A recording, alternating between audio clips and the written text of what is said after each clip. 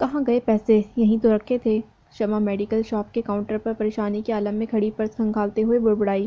پریشان نظر آ رہے ہیں حضور، کوئی اور حکم ساڑھے لائق؟ ملک شاہویز نے اس کے عقب سے نمودار ہو کر مسکراتے کہا۔ تم؟ شمع یکدم چونک کر پلٹی۔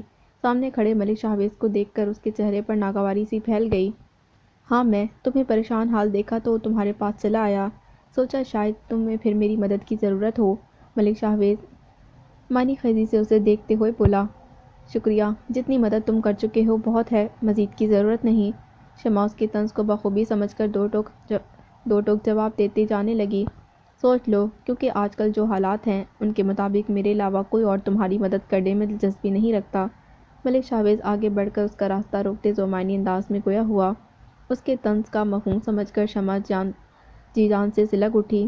ٹھیک اسی پل حذیفہ شمع سے ملک شاہویز سے ملاقات کی وضاحت طلب کرنے ہسپتال پہنچا تھا، مگر ہسپتال میں داخل ہوتے شمع اور ملک شاہویز کو ساتھ دیکھ کر اس نے غصے کی کیفیت میں اپنے بڑھتے قدم روک لیے۔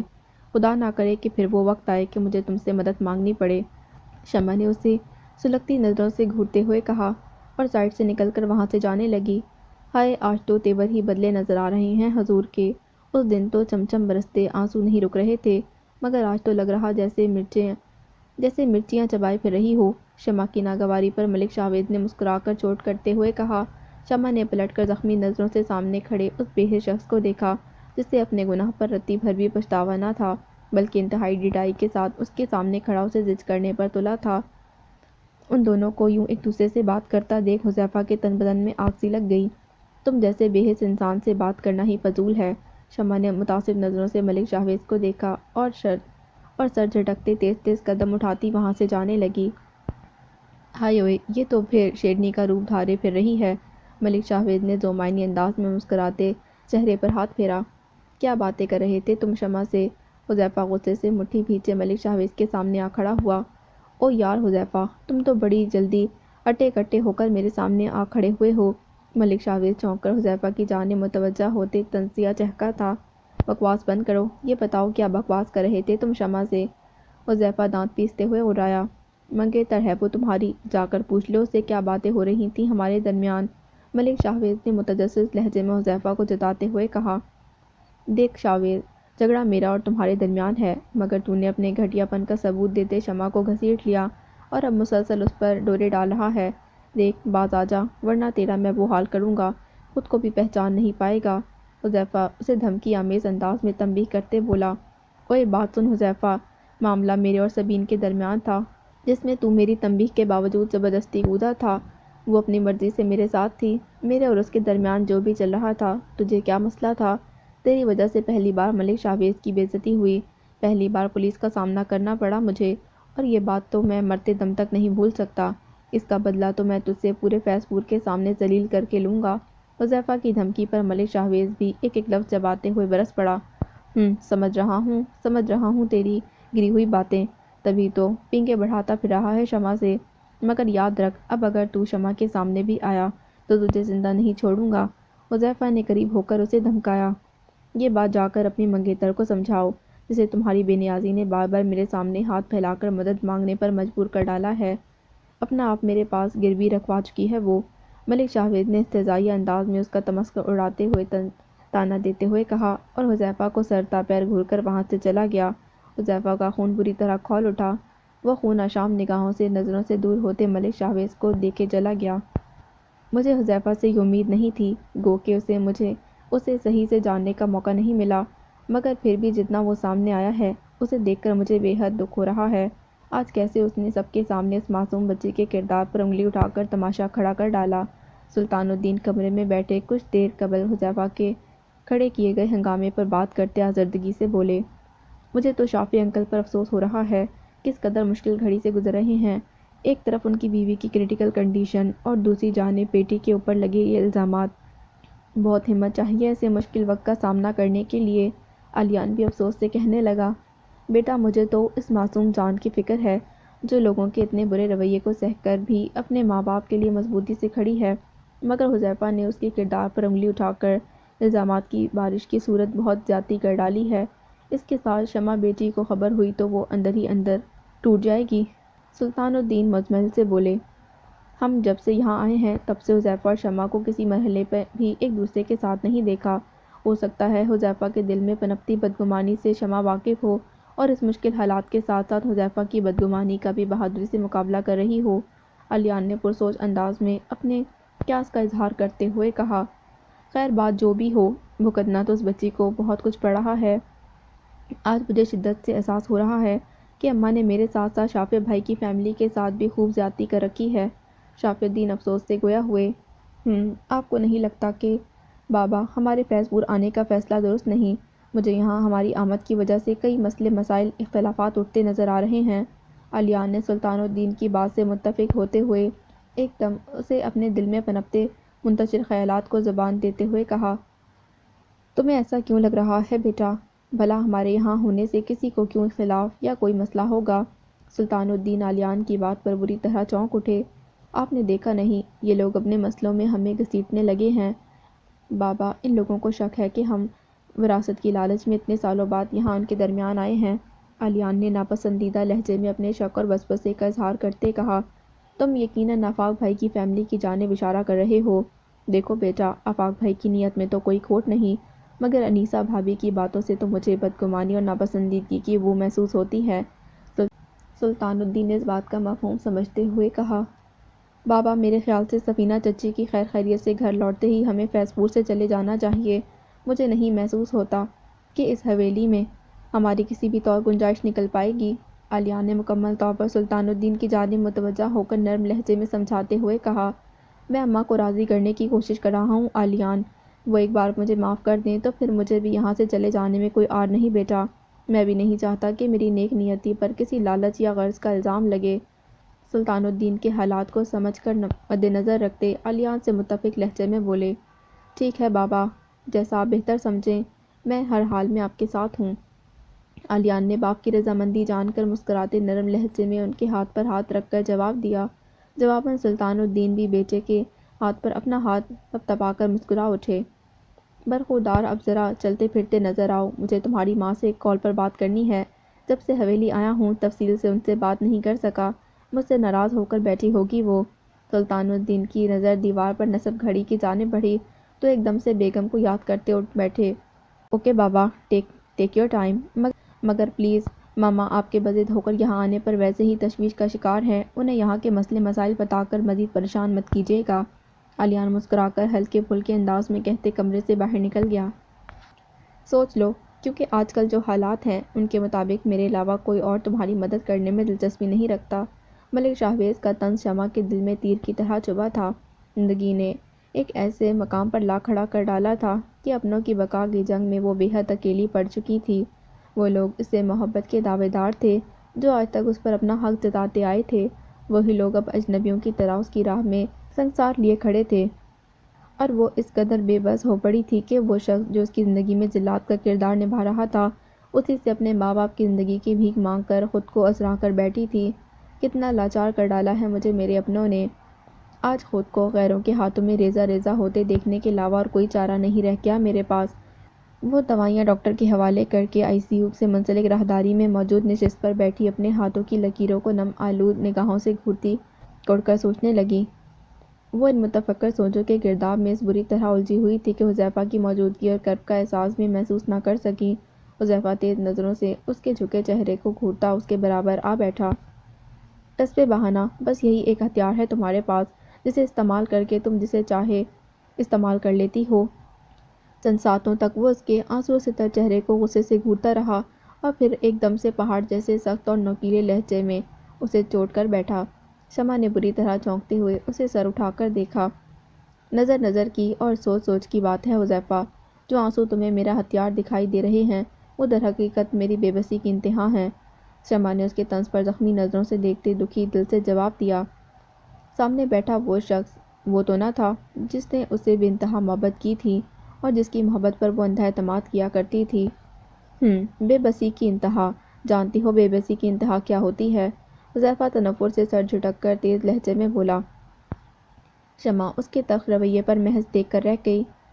مجھے دیکھو شمع، میں ہوں بے بسی کی انتہا، جو یہ جان چکا ہے کہ اس کی منگیتر اسے زخمی حالت میں چھوڑ کر اس کے پیچھے اس کے دشمن سے چوری چپکے ملاقاتوں کی عادی بن چکی ہے۔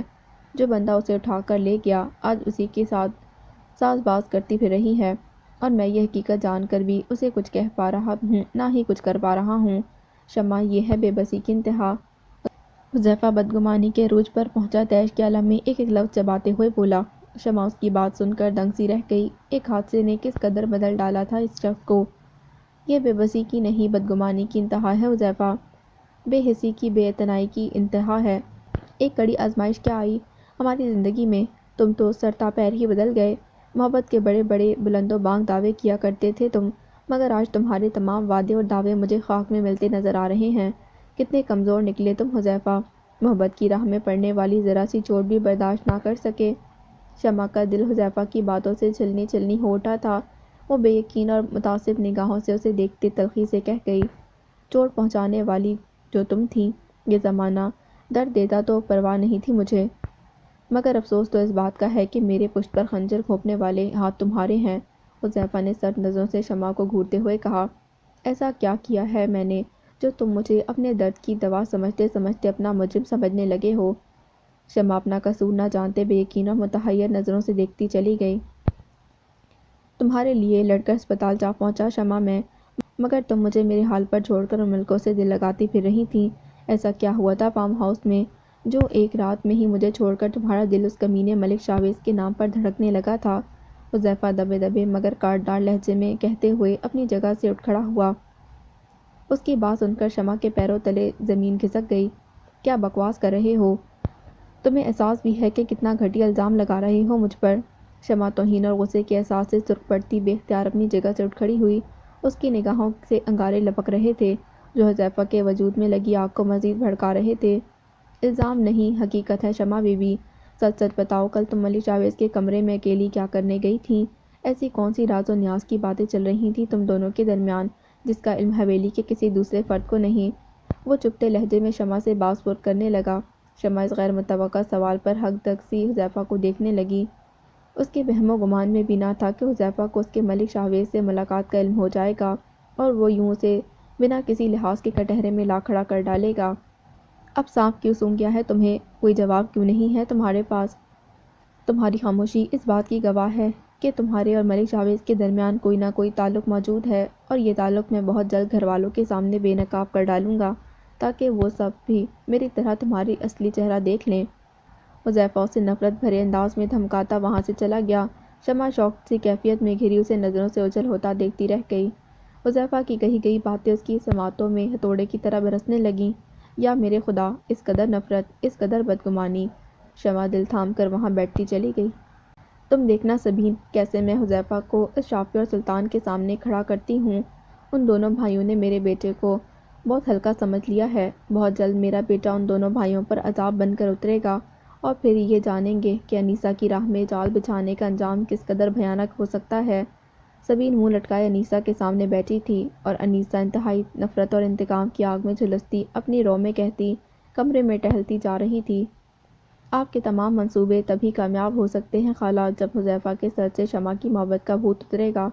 جب تک وہ اس کے عشق میں مبتلا ہے تب تک وہ کسی کی کچھ سننے والا نہیں۔ سبین بیزاری اور خوفی سے سر جھٹکتی بولی۔ وہ حذیفہ کے دل میں اپنی جگہ بنانے کی ہزار کوشش کر چکی تھی، مگر وہ اس کی ہر کوشش کو اپنی تلخ باتوں اور طعنوں سے ناکام بنا ڈالتا۔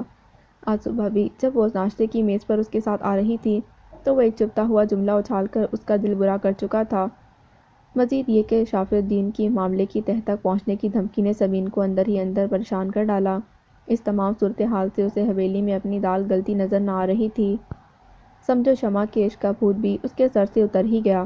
ان تینوں بھائیوں نے جب سے علیان کو حذیفہ کے مقابل کھڑا کرنے کی کوشش شروع کی ہے تب سے حذیفہ کی آنکھیں بھی کھل گئی ہیں۔ وہ اب کسی کو اپنا حق ہڑپنے کی اجازت نہیں دینے والا۔ تن کر کھڑا ہوگا میرا بیٹا ان دونوں باپ بیٹے کے آگے، دیکھ لینا تم۔ انیسہ پرجوش سی حذیفہ کی دھاک بٹھاتی کہتی چلی گئی، باپ بیٹا مطلب علیان اور سلطان چچا؟ سبین ان کی بات پر غور کرتے ہوئے پوچھنے لگی، ہاں تو اور کون؟ یہ دونوں باپ بیٹے جب سے آئے ہیں تب سے حویلی کی کایا ہی پلٹ بیٹھی ہے۔ آفاق تو جیسے بھول ہی چکے ہیں کہ حذیفہ ان کا سگا بیٹا ہے، اس کی حق تلفی کا کوئی موقع ہاتھ سے جانے نہیں دیتے۔ میں دیکھ رہی ہوں کہ شمع کے معاملے کی آڑ میں وہ بات بات پر علیان کو فوقیت دینے لگے ہیں۔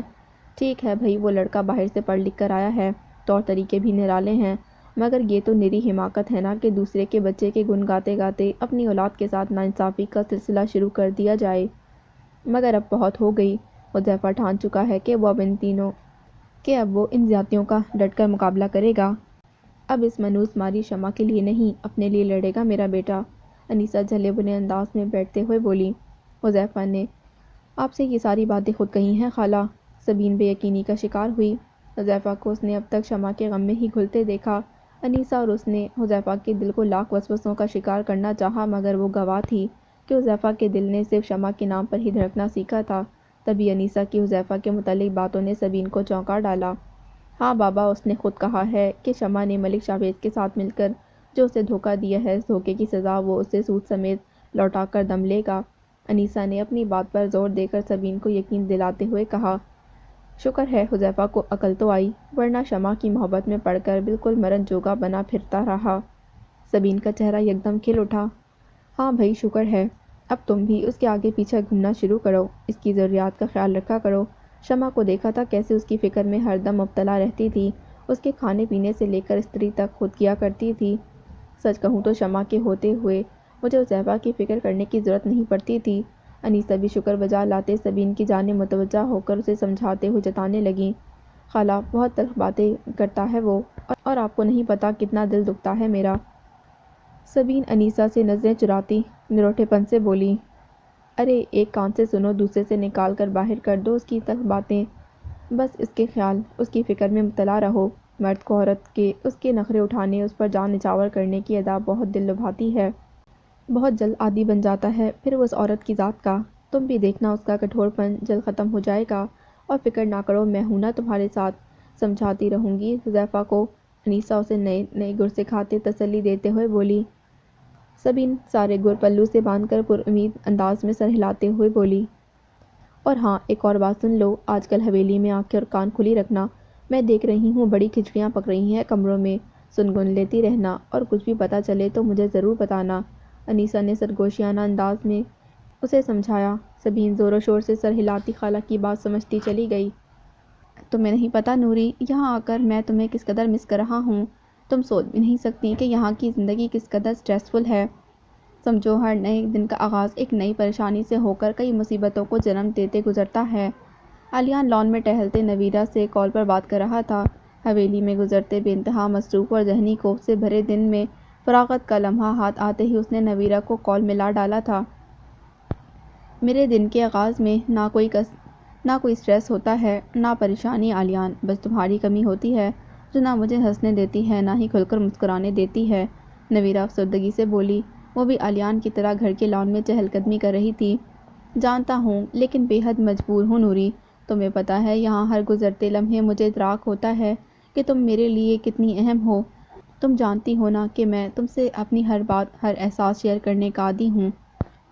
نوری، میرا دل ان کہی باتوں سے بھر چکا ہے، اور میں چاہتا ہوں کہ تم میرے سامنے ہو اور میں تم سے اپنے دل کی ہر بات کہہ سکوں۔ تم سامنے بیٹھی سنتی رہو اور میں کہتا چلا جاؤں۔ علیان تصور میں نویرہ کو سوچتے گمبھیر لہجے میں کہتا چلا گیا۔ سبین اسی پل انیسہ کے کہنے پر چنبیلی کے پھول توڑنے آئی تھی۔ علیان کی بات سن کر ٹھٹک کر رک گئی۔ علیان اس کی جانب پشت کیے چہل قدمی میں مصروف تھا۔ قبل از کہ وہ پلٹ کر سبین کی جانب گھومتا سبین دیوار کی آڑ میں جا چھپی۔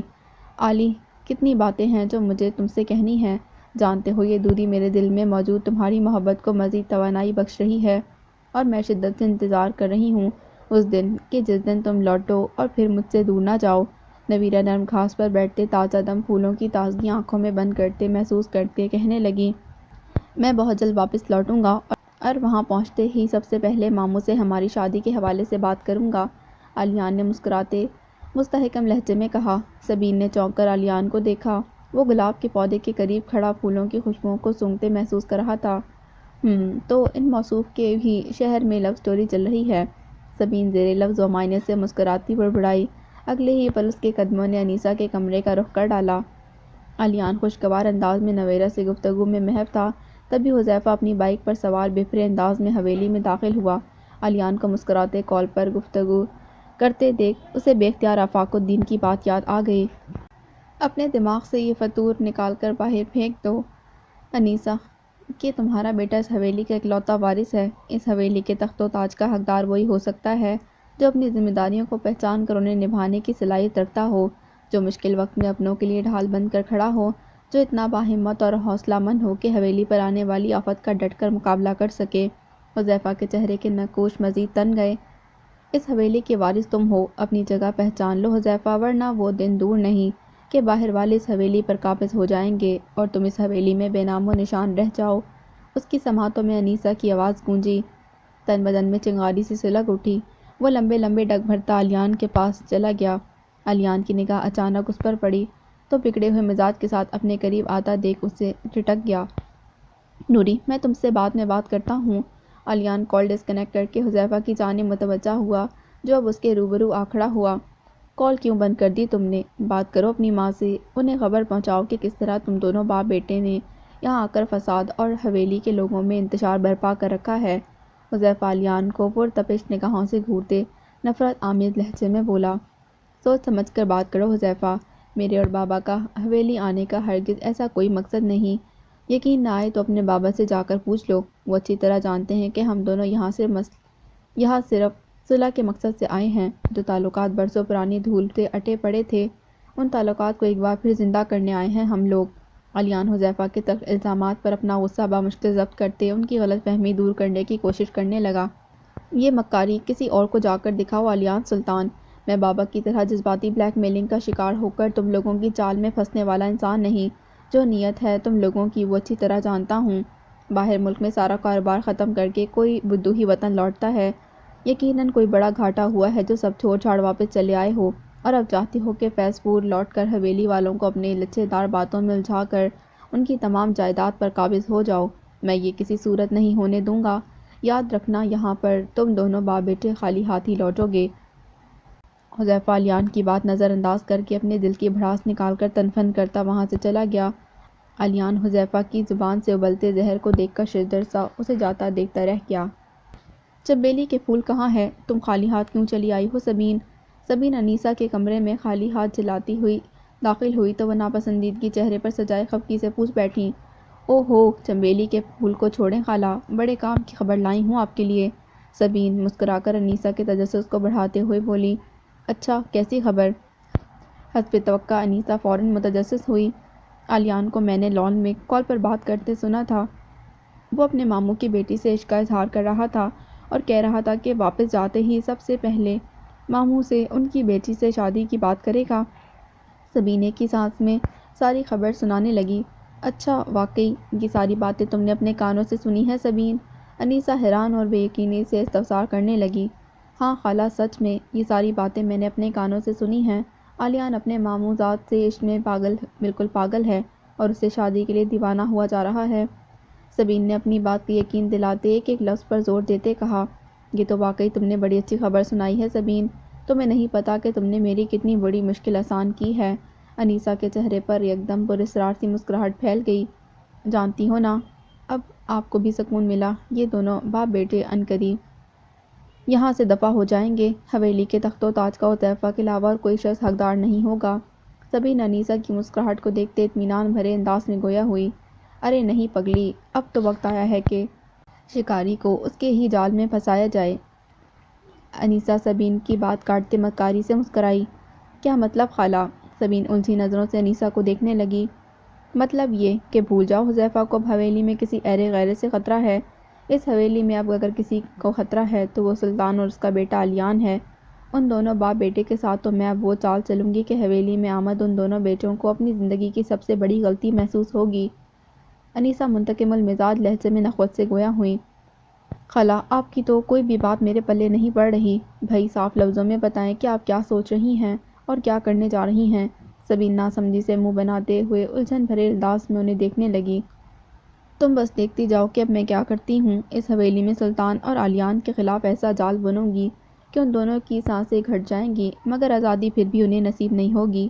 انیسہ سبین کے سوال کو نظر انداز کر کے زہر خون لہجے میں کہتی کمرے سے باہر نکلنے لگیں، اچھا، لیکن ابھی کہاں جا رہی ہیں؟ سبین انہیں کمرے سے نکلتا دیکھ کر بے اختیار پوچھ بیٹھی۔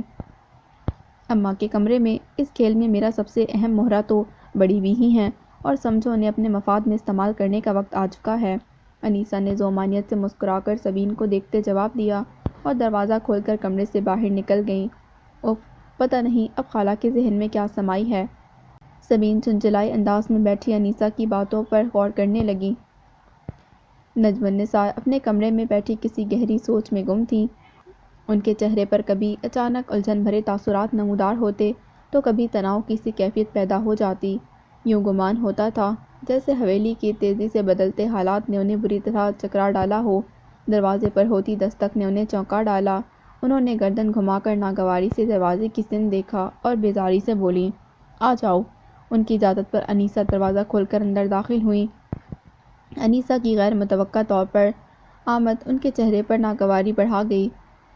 بالا ہی بالا سارے کھیل کھیلے جا رہی ہو بہو رانی، اب کہو کہاں جا پھنسی ہو جو میری چوکھٹ پر تمہیں اپنا ماتھا ٹھیکنا پڑا۔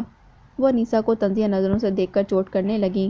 او ہو اماں، اب آپ تو غصہ نہ ہوں۔ آپ تو جانتی ہیں کہ پچھلے دنوں حویلی میں جو کچھ بھی ہوا اس سب سے زیادہ متاثر میں اور حذیفہ ہی ہوئے ہیں۔ اب ان پرتشویش حالات میں کچھ نہ کچھ تو رد عمل ہماری طرف سے بھی تو آنا ہی تھا نا۔ انیسہ چاپلوسیانہ انداز اختیار کرتے سلجھو لہجے میں بولیں۔ بھولو مت انیسہ کہ گزشتہ دنوں پیش آنے والے حادثے نے سب سے زیادہ متاثر شافی الدین اور اس کی بیوی بچوں کو کیا ہے۔ جو تلخی آج اس کے لہجے میں در آئی ہے، اس تلخی کی کہیں نہ کہیں ذمہ دار حذیفہ اور تم بھی ہو۔ تم دونوں ماں بیٹے کی وجہ سے آج میرا شافی الدین مجھ سے اکھڑا اکھڑا رہنے لگا ہے۔ وہ سمجھتا ہے کہ تم دونوں ماں بیٹے کے خودغرض اور بے رحم رویوں کے پیچھے کہیں نہ کہیں میرا ہاتھ بھی شامل ہے۔ نجم النساء سخت لہجے میں بہو کی سرزش کرتے اپنے غصے کا اظہار کرتی ہوئی بولی، اب یہ بات آپ نے انتہائی غیر مناسب کی ہے اماں۔ میں مانتی ہوں شافی الدین کی مزاج کی برہمی کی ایک وجہ حذیفہ کا شمع کے ساتھ مناسب رویہ ہے، مگر آپ یہ بات کیسے نظر انداز کر سکتی ہیں کہ سلطان اور اس کے بیٹے کے آتے ہی شافی الدین کا مزاج آپ کے ساتھ مزید برہم اور باغیانہ ہوتا جا رہا ہے۔ انیسہ نے نجم النساء کے توپوں کا رخ اپنی طرف سے سلطان اور اس کے بیٹے کی جانب موڑتے ہوئے نرمی سے کہا۔ نجم النساء انیسہ کی بات پر ایک دم سے خاموش ہو گئیں۔ سلطان الدین کی آمد کی وجہ سے وہ خود تلملاہٹ کا شکار تھیں۔ کہاں وہ خواہش مند تھی کہ سلطان الدین سے شدید خفگی کا اظہار کر کے جذباتی بلیک میلنگ کا سہارا لیتے ہوئے اسے اپنی بیوی کو چھوڑنے پر مجبور کر ڈالیں گی، مگر جب سے وہ حویلی لوٹا تھا تب سے الٹی گنگا بہنے لگی تھی۔ حالات ان کے ہاتھوں سے ریت کی مانند پھسلتے جا رہے تھے۔ ان کے بیٹے انہی کے خلاف اٹھ کھڑے ہوئے تھے اور فی الوقت وہ حالات کے ایسے بھنور میں جا پھنسی تھیں کہ حویلی میں اپنے رعب اور دبدبے کو پہلے کی طرح سلامت رکھنا مشکل دکھائی دے رہا تھا۔ دیکھیں اماں، اب شمع کے ساتھ جو کچھ بھی ہوا، بھلے اس میں اس کا قصور ہو یا نہ ہو، حذیفہ اب کسی بھی صورت اسے اپنانے کو تیار نہیں۔ سچ کہوں تو اس کا دل اب شمع سے بری طرح خراب ہو چکا ہے۔ میرا اکلوتا بیٹا ہے وہ، اماں زبردستی نہیں کر سکتی اس کے ساتھ۔ زبردستی شادی کا انجام سفینہ اور شافی الدین کے رشتے کی صورت ہم سب کے سامنے موجود ہے، اور میں نہیں چاہتی کہ شمع کے ساتھ شادی کے بعد حذیفہ کا بھی یہی انجام ہو۔ انیسہ نے بہت سوچ سمجھ کر اپنی چال کا پہلا پانسہ نجم النساء کے سامنے پھینکا۔ تم جانتی ہو کہ آفاق اس فیصلے سے کبھی پیچھے نہیں ہٹے گا۔ اگر پھر بھی تم نے حذیفہ کو ایسے کسی فیصلے پر اکسایا تو آفاق تمہاری جرأت کبھی برداشت نہیں کرے گا، اور اگر تم سمجھ رہی ہو کہ صورتحال میں تمہارے لیے کوئی راستہ نکالوں گی تو منہ دھو رکھو انیسہ۔ آفاق کے بیٹے کی طرح مجھے شافی کی بیٹی بھی بہت عزیز ہے، اس کی بربادی کی جانب جاتے راستے پر میں تمہارا کبھی ساتھ نہیں دوں گی۔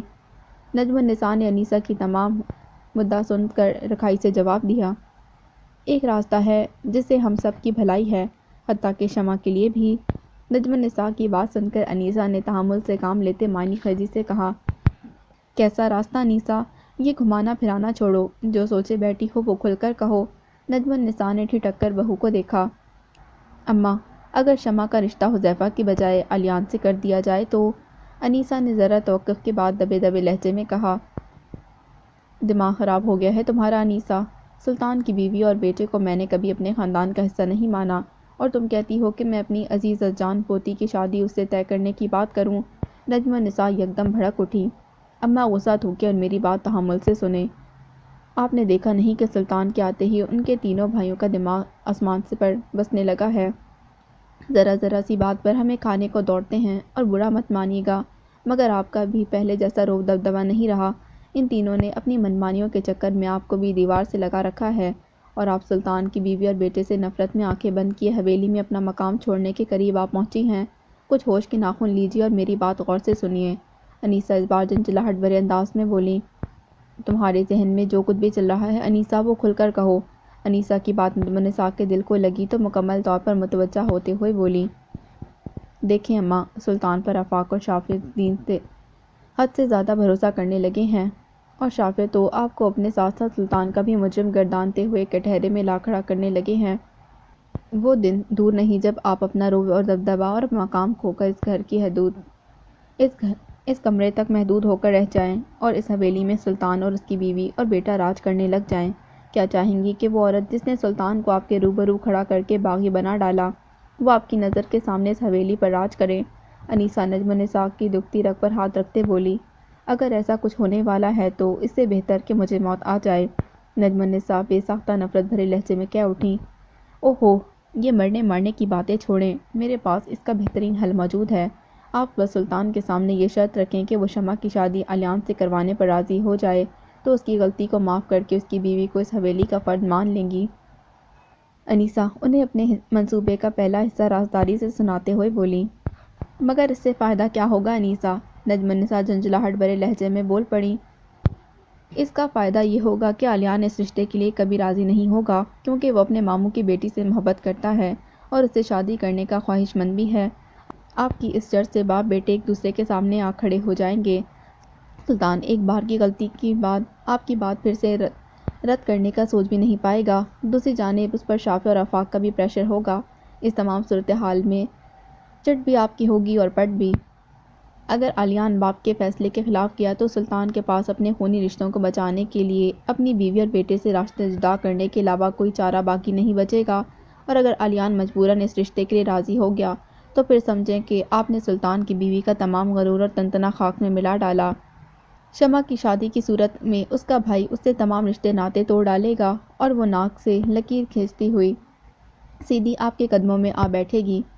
خود سوچیں، جس عورت نے آپ سے سلطان کو چھینا، اس عورت کا غرور خاک میں ملتا دیکھ کیسا محسوس ہو سکتا ہے آپ کو؟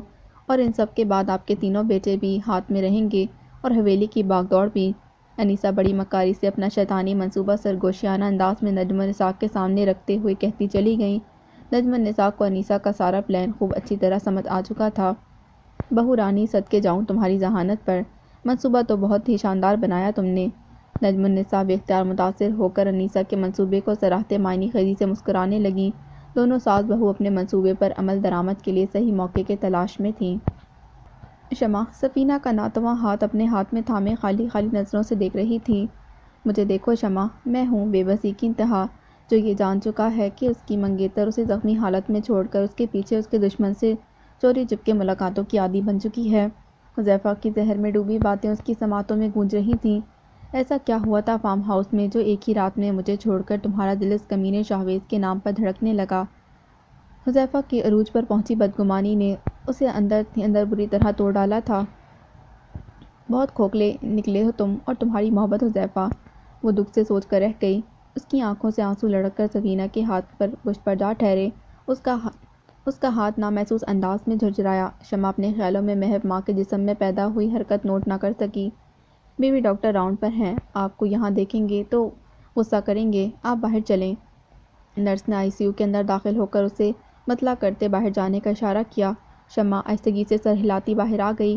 کوریڈور میں شافع الدین کسی گہری سوچ میں غرق بیٹھے تھے۔ شمع چھوٹے چھوٹے قدم اٹھاتی ان کے پاس آ بیٹھی۔ شافع الدین نے اپنے خیالوں سے چونکتے اسے دیکھا۔ آزردہ اور دل گرفتہ بیٹی کے اترے ہوئے چہرے کو دیکھ کر ان کا دل بیٹھتا چلا گیا۔ انہوں نے پرشفقت انداز میں شمع کا سر اپنے کندھے سے ٹکایا۔ وہ اسے احساس دلانا چاہتے تھے کہ اس طویل اور تھکا دینے والی جنگ میں وہ اکیلی نہیں ہے، وہ یہ ہر حال میں سایہ بسایہ اس کے ساتھ ہیں۔ بابا، یہ مشکلیں کب آسان ہوں گی؟ شمع تھکے تھکے انداز میں بولی۔ ہو جائیں گی بیٹا، مشکلیں آسان ہو جائیں گی، یہ کٹھن وقت بھی گزر جائے گا، مگر جاتے جاتے ہم تینوں کے رشتے کو بے حد مضبوط بنا جائے گا۔ اللہ کا نظام ایسا ہی ہے بیٹا، اس کی جانب سے بھیجی گئی ہر آزمائش اس کے بندوں کو مضبوط بنا ڈالتی ہے۔ وہ اس دنیا کی بے ثباتی کو پہلے سے زیادہ بہتر طور پر جاننے لگتا ہے، اپنے پرائے کا فرق پہچان لیتا ہے۔ خوشحالی اور آسانی کے زمانے میں ہمارے ارد گرد بستے لوگ ہماری آنکھوں میں مکر و فریب اور ریاکاری کی پٹی باندھ دیتے ہیں، مشکل وقت وہ پٹی کھول دیتا ہے اور یہ دنیا ہمیں ننگی آنکھوں سے بڑی واضح اور تلخ دکھائی دیتی ہے۔ یہ آزمائشیں ہمیں آنکھیں کھولنے اور خود کو پہچاننے کے لیے ہماری راہوں میں بھیجی جاتی ہیں۔ اگر تم نے اس میں چھپے سبق کو سیکھ لیا تو سمجھو سرخ روح ہو گئی۔ شافی الدین اس کو نرمی سے سمجھاتے ہوئے بولے، آپ ٹھیک کہہ رہے ہیں بابا، اس آزمائش نے صحیح معنوں میں ہماری آنکھیں کھول دی ہیں۔ شمع دل ہی دل میں سوچتے تلخی سے مسکرائی۔ مبارک ہو، آپ کی پیشنٹ کو ہوش آ گیا ہے۔ کچھ دیر میں ہم انہیں آبزرویشن میں رکھیں گے، اس کے بعد آئی سی یو سے روم میں شفٹ کر دیں گے۔ نرس آئی سی یو سے نکل کر ان دونوں کو خوشخبری سنا کر چلی گئی۔ بابا، ہماری دعائیں رنگ لے آئیں، امی کو ہوش آ گیا بابا، شمع خوشی سے لبریز لہجے میں کہتی شافی الدین کے سینے سے جا لگی۔ میں نے کہا تھا نا بیٹا، اللہ ہماری دعائیں ضرور سنے گا۔ میں یہ خوشخبری آفاق بھائی اور سلطان کو بھی سناتا ہوں، شافی الدین پرمسرت لہجے میں کہتے کال ملانے لگے۔ آفاق اور سلطان الدین عالیان کے ہمراہ یہ خبر سنتے ہسپتال پہنچ گئے تھے۔ سفینہ کو کچھ گھنٹوں کی آبزرویشن کے بعد اس کی حالت خطرے سے باہر قرار دے کر ڈاکٹر نے پرائیویٹ روم میں منتقل کر ڈالا تھا۔ شمع کچھ دیر قبل ہی سفینہ سے مل کر آئی تھی۔ شمع بیٹا، تم بہت تھک گئی ہو، ایسا کرو گھر جا کر فریش ہو جاؤ، کچھ کھاؤ پیو، آرام کرو۔ سفینہ کی حالت اب بہتری کی جانب گامزن ہے، تمہیں بھی اب ٹینشن فری ہو کر آرام کی ضرورت ہے۔ شافی الدین نے بیٹی کو دیکھ کر محبت اور فکر مندی سے کہا۔ شافی بھائی بالکل ٹھیک کہہ رہے ہیں شمع بیٹی، ایسا کرو عالیان کے ساتھ گھر چلی جاؤ اور آرام کرو۔ سلطان نے بھی شافی الدین کی بات سے متفق ہوتے شمع کو مخاطب کیا۔ وہ تو ٹھیک ہے، لیکن اس وقت اماں کے پاس کسی ایک خاتون کا ہونا بے حد ضروری ہے۔ سلطان چچا، میں بھی چلی جاؤں گی تو ان کی دیکھ بھال کون کرے گا؟ شمع فکر مندی سے بولی۔ بیٹا تم اس کی فکر نہیں کرو، میں نے اماں سے حویلی کی ملازمہ کو تیار رکھنے کا کہہ ڈالا ہے۔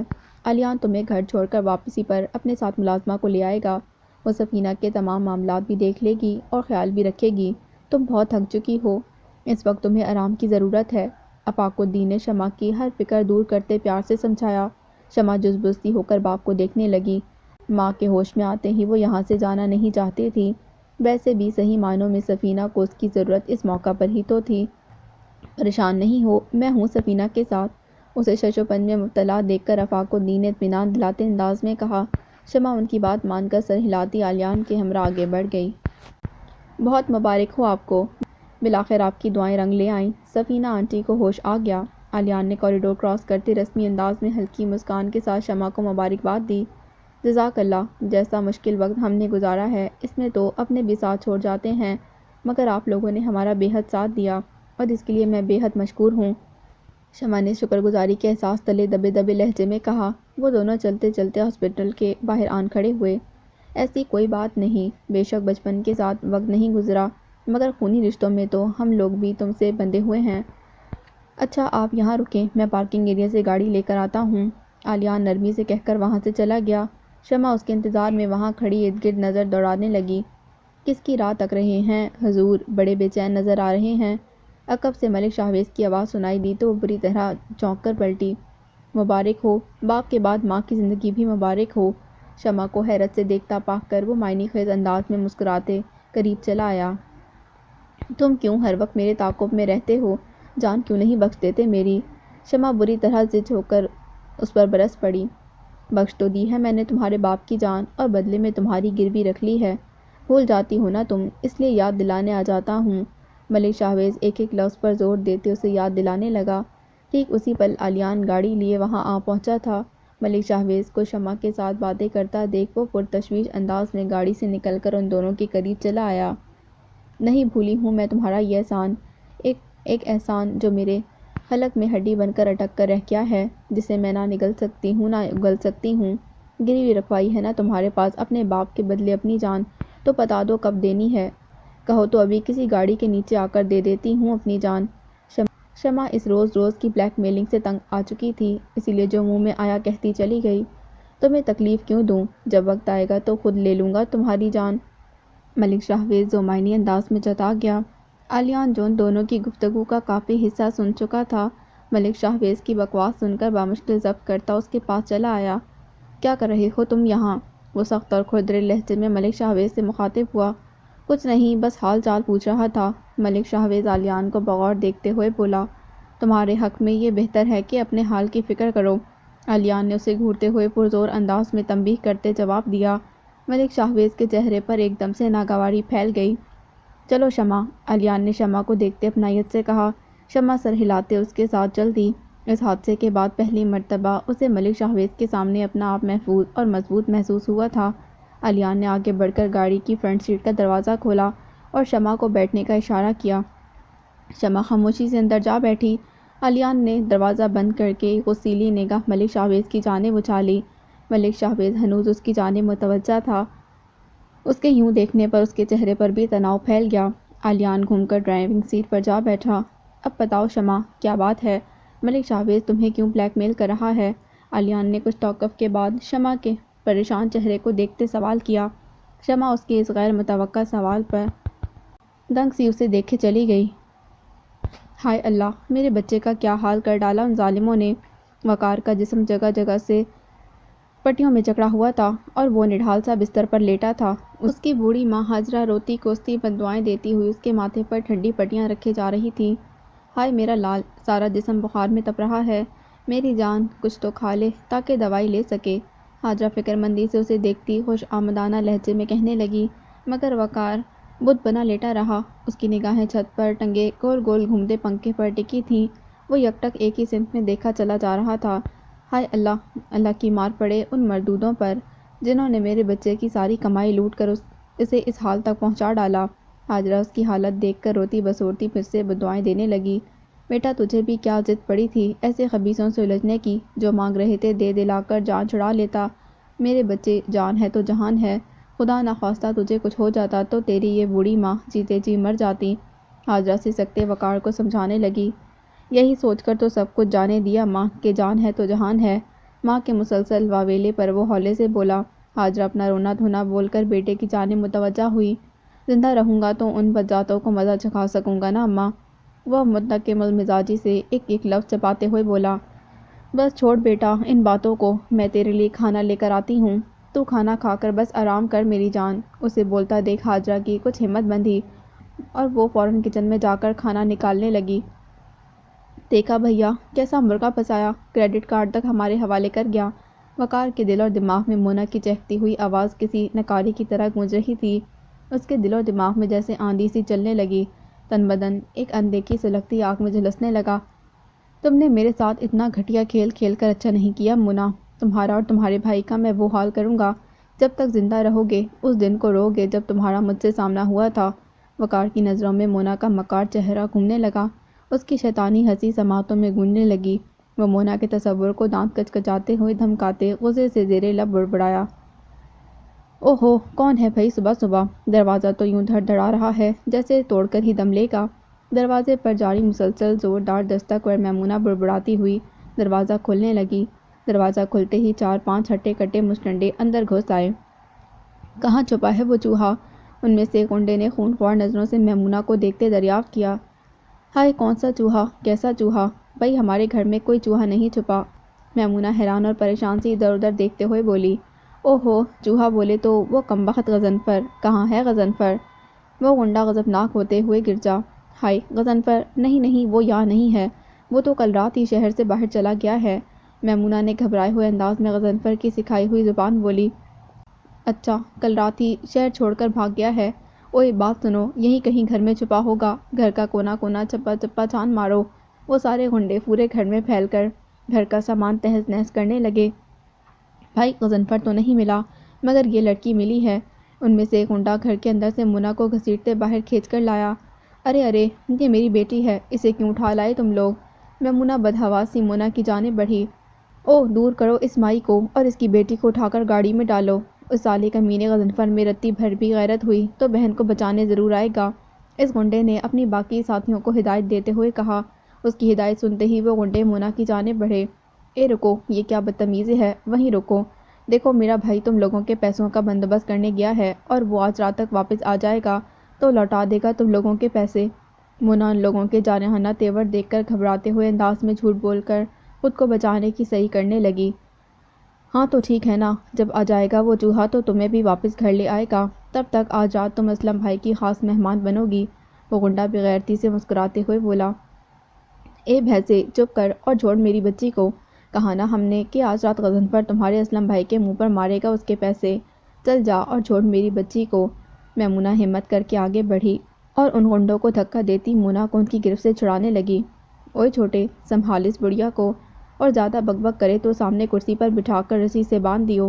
اس غنڈے نے میمونہ کا ہاتھ جھٹک کر پرے دھکیلتے حقارت سے سب سے موٹے اور ناٹے سے غنڈے کو مخاطب کرتے ہوئے کہا۔ چھوٹو غنڈہ تن من کرتا میمونہ کی جانب بڑھا اور اس کے چیخنے چلانے شور مچانے کے باوجود اسے کرسی پر بٹھا کر رسی سے باندھنے لگا۔ ارے بدبختو، چھوڑ دو میری ماں کو۔ منہ خود کو ان کی گرفت سے آزاد کرواتے ہوئے میمونہ کی طرف بڑھی، مگر اگلے ہی پل وہ دوبارہ ان غنڈوں کے شکنجے میں جا پھنسی تھی۔ وہ شور مچاتی رہی، گر سب بے سود۔ وہ پانچوں سے اٹھا کر جیپ میں ڈال کر یہ جا وہ جا ہو رہے۔